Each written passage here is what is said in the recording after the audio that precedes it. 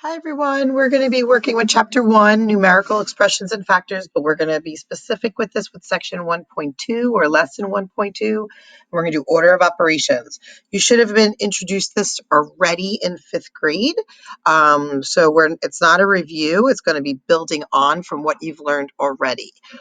So this is order of operations, and we're going to go right to your vocabulary. So there are 3 vocabulary words that we are being introduced to today.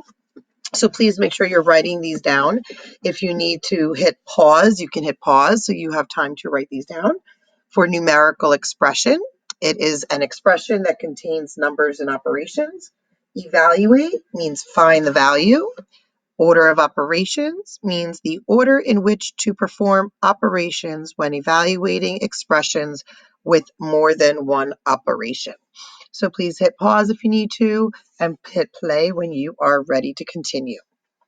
We are going to go straight to our big ideas. If you'd like to go back and follow along and go back to these problems as well, you can. So we already did the top part, which is the key vocabulary. We are now going to do the key ideas, which are talking about the order of operations. So these are the ones that you need to make sure that you are performing operations in grouping symbols, which are really your parentheses.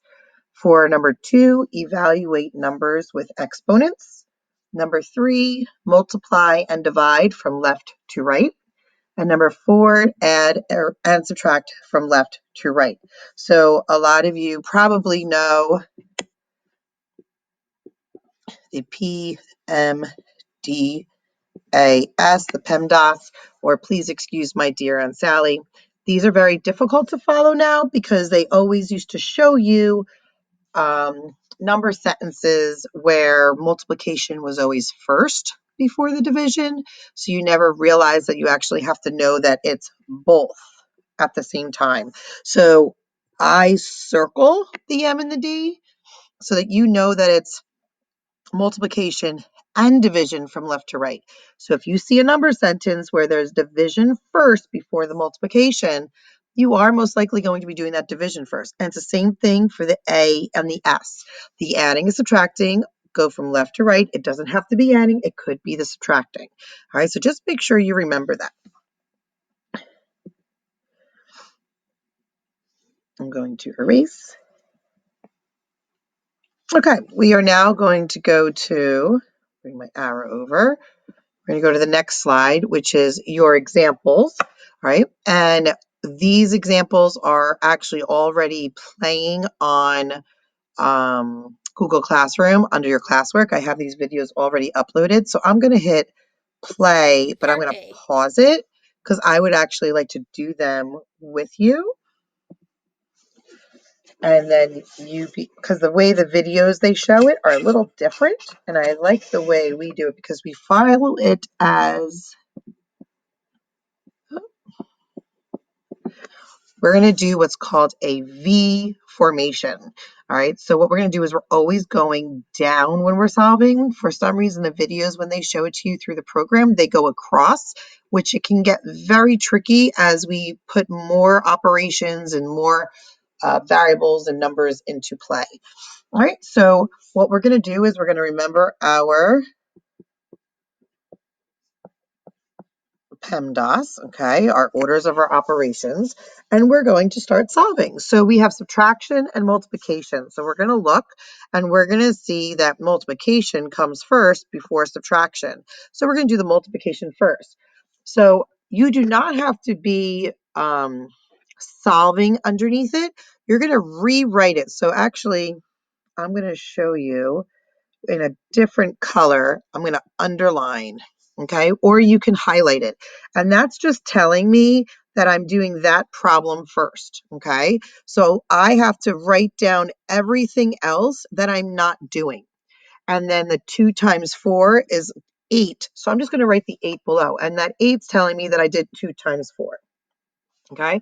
And then I only have one more thing to do, which is 12 minus 8, which is 4, and I always circle my answer. And it's the reason why it's a V formation is that you just keep solving as you go down until you have one solid answer. Some of my other students, they like to say that there's a little pepperoni slice at the end. And then they even took the problem itself and circled it, and it made it like a pizza crust.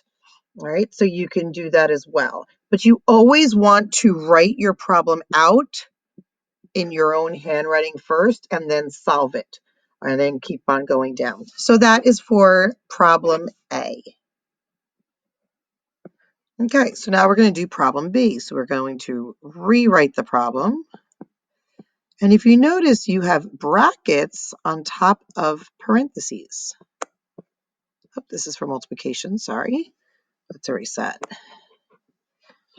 All right, so this is multiplication and then R5, and then we can't forget our bracket. So basically your bracket is just another form of parenthesis, but you always want to do the inner parentheses first. And then once you only have one set of parentheses, you change those brackets to parentheses. All right, so we're going to look here, and we have a lot going on here. So we're going to start with parentheses. We're going to do our parentheses first. So we got to look at the bracket, and then we have to look at the inner parentheses, which is 4 plus 2. So I'm going to underline, and you don't have to do the underlining, but if you're struggling, you probably should just for a little bit. So everything else I'm rewriting. So 60 divided by, these parentheses of the 4 plus 2 are going to go away, so I can change this to regular parentheses. 4 plus 2 is 6. I'm going to then say times 5 and then change that other bracket to a parenthesis. So now I have division and I have parentheses, and inside my parentheses is multiplication. So I'm going to look, and it says that I'm going to do division or my parentheses. And again, my parentheses is first. So you're going to underline your parenthesis part, and then you are going to rewrite everything that's not underlined. So 60 divided by, and 6 times 5 is 30. And then our last step is 60 divided by 30, which is 2, because 6 divided by 3 is 2. You could just take those pairs of zeros off.